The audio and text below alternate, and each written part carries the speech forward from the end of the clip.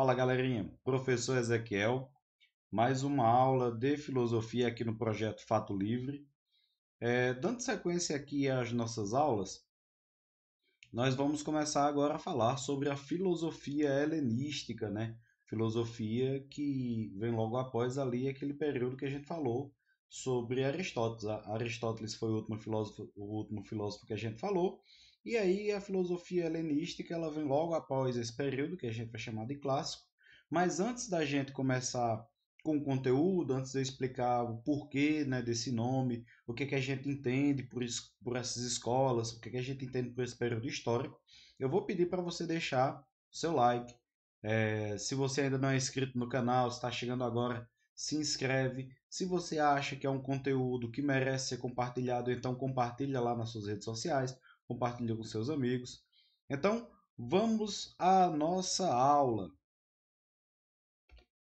Olha, para a gente falar de filosofia helenística, né, nós vamos partir aqui do nosso contexto histórico. Quando eu falo contexto histórico, eu estou dizendo o seguinte: é, houve um período em que Alexandre, ele, que era o macedônico, né, ele constrói o seu império, né, ele vai conquistando terras, ele vai invadindo as terras e vai expandindo o seu império. Então, ali no final do século IV, né, Alexandre então conquista as cidades gregas, né, conquista também cidades que estão mais próximas ali do Ocidente, né, do Oriente no caso, e aí ele constrói então o Império Macedônico.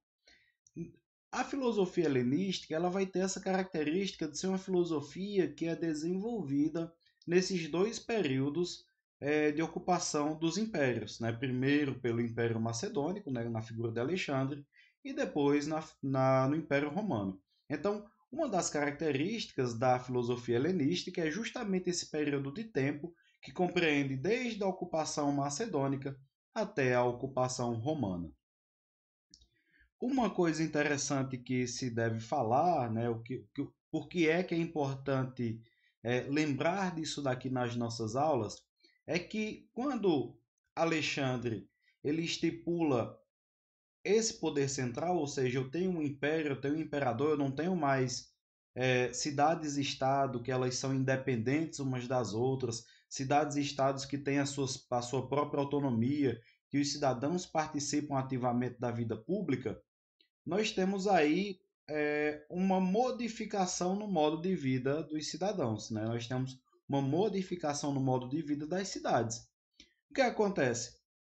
Pensa, pensa Platão, né? Platão é um sujeito que participou ali da vida pública de Atenas, né? Platão vem de uma família que é envolvida com política. Platão vê o julgamento do professor Sócrates, né, na Ágora.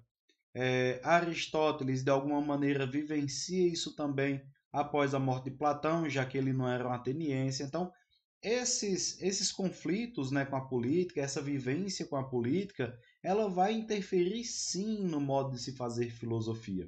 Acontece que quando Alexandre estabelece esse poder, nós temos aí uma diminuição da vida pública. Nós temos pessoas, né, os gregos, com menos participação na vida pública. Com essa participação menor na vida pública, a filosofia ela muda um pouquinho. Ela vai parar então de se preocupar com questões políticas, ela vai diminuir suas pesquisas metafísicas e ela vai começar a buscar um modo de vida que traga felicidade.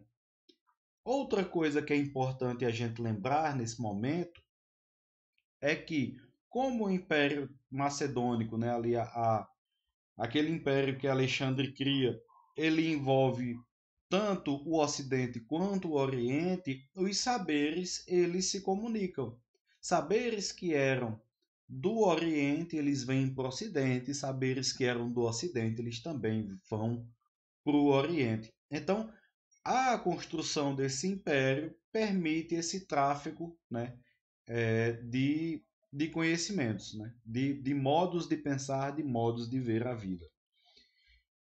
Após falar desse histórico, o que é importante a gente destacar nessa filosofia helenística? A filosofia helenística, ela tem uma característica de que os filósofos dessa época, eles tentam alcançar a felicidade. Mas para alcançar a felicidade, eles passam por uma compreensão da natureza. O que é que o professor Ezequiel está chamando de compreensão da natureza? Perceba que no nosso mundo nós temos aí uma relação com a natureza, né? Até hoje. Até hoje, determinadas coisas da nossa vida elas são condicionadas por questões naturais. O que é que os filósofos dessa época vão tentar entender? Olha, é como se existisse uma regra natural para tudo. Essa regra que determina as estações do ano também determinam a natureza do ser humano. Então, é importante compreender não só os aspectos dessa natureza, né, que a gente costuma dizer fora do ser humano, mas essa natureza humana também. Então, a busca pela felicidade, ela tem um aspecto contemplativo da própria natureza humana. Tudo bem? Vamos seguir então? É, a gente agora vai começar a falar das escolas helênicas. Quando eu chamo de escolas, eu tô falando de pessoas que se juntavam, né? Eu estou falando de pessoas que se juntavam na busca de um determinado modo de estudar.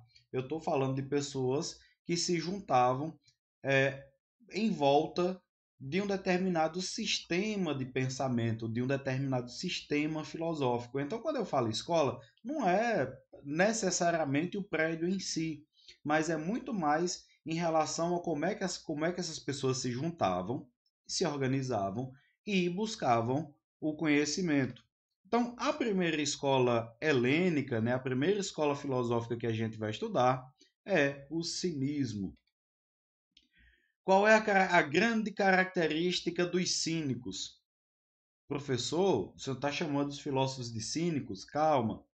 Cínico, né, para a época, tem um significado diferente do cínico que nós temos hoje. Né? Geralmente a gente usa cínico mais ou menos como sinônimo de debochado. Naquela época, cínico era o sujeito que vivia a filosofia, não só tinha uma, uma percepção teórica, mas também uma prática, né? Uma atividade prática de vida filosófica. Então, os cínicos eles eram filósofos que criticavam o modo artificial de vida. Professor, o que é que o senhor está chamando de modo artificial? Perceba que nas relações sociais a gente tem determinadas etiquetas, nós temos determinados comportamentos. Nós criamos uma outra natureza, né? Nós criamos aí um modo artificial de viver. Nós temos regras de convivência, nós temos as instituições, nós temos os nossos modos de nos comportarmos, de tratarmos uns aos outros. Então, o que é que o cinismo vai dizer? Que todo esse modo artificial de viver em sociedade afasta o ser humano da felicidade. Lembrem que a intenção é encontrar a felicidade. Se eu estou vivendo de um modo artificial, ou seja, distante da minha natureza, eu também estou tendo uma vida que ela não pode ser feliz. A grande figura dessa escola é Diógenes, né? Diógenes era um sujeito que ele criticava tanto esse modo de vida artificial que ele praticamente vivia junto aos cães, né? Diógenes era uma pessoa que não tinha bens, ele não tinha uma casa, ele não tinha roupa, ele se vestia com o que dava para cobrir, né, partes do seu corpo, enfim, para atenuar o frio, mas ele vivia de um modo muito, muito simples, né? Então, essa palavra cinismo tem até relação com esse modo de viver dos cães, um modo de viver mais próximo da natureza. Mais uma vez, quando eu falo natureza, eu estou falando de uma natureza humana, fora desses artifícios, fora desse monte de regra que a gente criou para poder conviver. Outra escola helênica é o epicurismo. Essa escola ela é fundada por Epicuro, que é um sujeito que comprou uma casa grandona em Atenas e aí ele passou a viver com os amigos, né? Essa convivência era um modo de vida. Essa convivência com os amigos, essa convivência dentro da casa, nos jardins e tal, era um modo de se fazer filosofia. Mais uma vez, a filosofia para essas escolas helenísticas, né? Para esse tipo de filosofia dessa época, não é apenas uma parte teórica, não é apenas uma elaboração teórica, mas é, antes de mais nada, um modo de vida. Então, o que é que Epicuro vai dizer? Olha, é importante nós nos ligarmos ao mundo natural. Com isso, eu tenho que lembrar que Epicuro é um sujeito que rejeita aquelas concepções metafísicas de Aristóteles, que há um ser, que há uma realidade, né? Ele vai dizer que, olha, não, o que existe é a própria natureza e nós devemos viver de acordo com essa natureza. Epicuro vai entender que existe uma alma, mas que essa alma ela não é transcendental, ela não é metafísica, né? Então, é importante também a gente falar sobre a ética dos prazeres em Epicuro. Epicuro vai dizer que é importante ter prazeres para uma vida feliz. Antes que você pense que esses prazeres é fazer o que lhe der na telha, Epicuro vai dizer o seguinte: há determinadas condutas que elas nos fazem mal. Vou dar um exemplo. Imagine algum tipo de comida muito saborosa, uma comida que você goste muito. Então, comer aquela comida é algo bom, né? Vai lhe dar algum prazer, mas se você comer demais, ela vai lhe fazer mal. Então, é essa noção de evitar os excessos, essa noção de viver de acordo com a natureza que Epicuro vai defender. Há também uma escola filosófica chamada de estoicismo. Os estoicos, eles iniciam, né, a sua escola filosófica, as suas pesquisas, com Zenão. Zenão, vendo ali as escolas filosóficas que existiam na sua época, ele resolve também desenvolver, é, desenvolver uma filosofia, mas aí, como ele não era ateniense, ele não pode se alojar no local. Eu já falei isso em relação a Aristóteles também, né? Então, ele junta pessoas onde ele consegue, né, em lugares onde ele pode realmente se reunir, sem ser num prédio de fato, e aí ele começa a elaborar, começa a fazer as suas pesquisas filosóficas. O que o estoicismo vai dizer é que é importante que a racionalidade seja a coisa mais à frente da vida humana. A racionalidade, ela deve guiar a vida humana. A racionalidade, ela deve frear as paixões, ela deve dar um jeito de diminuir as paixões. O que é que eu estou chamando aqui de paixões, né? O que é que os estoicos vão entender por paixão? Coisas que nos afetam. Por exemplo, expectativa que pode se transformar em ansiedade, alegria que pode se transformar em euforia, tristeza, né, que pode se transformar num estado mais melancólico. Então, é importante que a racionalidade, né, ela evite esses sentimentos mais exagerados. Evitando esses sentimentos mais exagerados, levando uma vida comedida, você está mais próximo da felicidade. Nós temos aqui também os céticos. O ceticismo, né, o cético mais famoso, nós teremos aí o famoso Pirro. É importante a gente falar sobre Pirro, que ele vai dizer o seguinte, olha, nada do que a gente fale, nada do que a gente fale, eu não consigo dar. Vou reformular melhor isso aqui, calma. Imagina Pirro dizendo o seguinte: qualquer argumento que você elaborar, você pode elaborar um argumento contrário. Então, se eu tenho dois argumentos que eles parecem válidos, eu não tenho como comprovar coisa alguma. Eu não tenho nem como comprovar, nem tenho como refutar nenhuma hipótese. Se eu não tenho como comprovar ou refutar nada, então eu não tenho como dizer o que é a realidade. O ceticismo, portanto, é a negação da possibilidade de se afirmar uma realidade. Já que todo fato, toda realidade, ele tem que ser narrado, ele tem que passar pela linguagem, eu tenho que criar um argumento, eu posso muito bem criar um argumento contrário, tão válido logicamente quanto o primeiro. Então, eu não tenho como saber o que é a verdade, já que eu tenho dois bons argumentos que eles são contrários. O ceticismo, então, vai dizer isso. Eu não tenho como saber o que é a verdade de fato.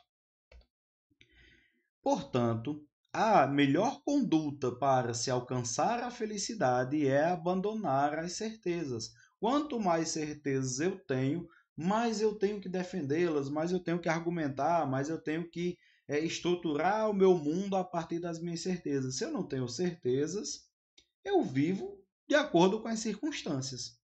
Tudo bem? Vamos para o nosso exercício então? Opa! Nós temos aqui uma questão de Enem. Esse texto, como você pode perceber, é um texto bem curtinho, praticamente um aforismo que diz: a quem não basta pouco, nada basta, que é um aforismo retirado dos escritos de Epicuro.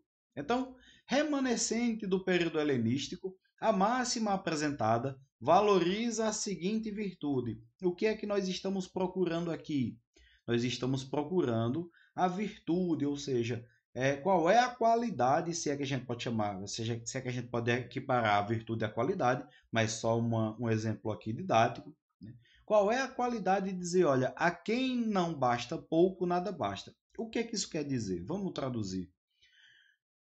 Para quem não sabe o que é saciedade, né, nada vai satisfazer.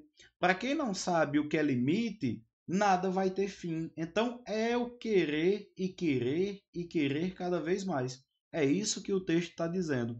Então, qual é a virtude apresentada aqui por esse texto? Olha, para que você tenha uma conduta correta, você deve saber aquilo que lhe é suficiente, aquilo que lhe agrada, aquilo que lhe basta. Vamos lá. Remanescente do período helenístico, a máxima apresentada valoriza a seguinte virtude: esperança, tida como confiança no porvir. Perceba, não há nada falando sobre dias futuros, ou porvir, ou alguma expectativa, então não pode ser a letra A. Letra B, justiça interpretada como retidão de caráter, também não tem a ver nem com a explicação que eu dei, nem com o texto. Letra C, temperança, marcada pelo domínio da vontade. Olha, vamos pegar o exemplo que eu trabalhei agora há pouco, quando você tem uma comida saborosa. O que é que o seu paladar lhe diz? Coma cada vez mais, né? Coma mais um pouco. Mas aí a sua racionalidade pode dizer o seguinte: bem, você já comeu o suficiente, basta. E aí quem vai frear o seu desejo é a sua vontade. Então, possivelmente será a letra C, mas vamos observar as outras alternativas. Letra D, coragem, definida como fortitude na dificuldade. Também nada tem a ver com coragem. Letra E, prudência, caracterizada pelo correto uso da razão. Tem a ver com o uso da razão? Tem. Mas geralmente a gente usa prudência, né, em casos de atividades que tragam algum tipo de risco, né? Então, provavelmente na letra E, vamos aqui conferir o nosso gabarito. Resposta, letra C. Nós temos aqui temperança marcada pelo domínio da vontade. Pessoal, é isso, a nossa aula é essa. Não esquece de que aqui no Projeto Fato Livre há várias aulas de vários conteúdos, de várias disciplinas para você se preparar no seu Enem, né? E é isso, nos encontramos aí numa próxima videoaula. Grande abraço, até mais.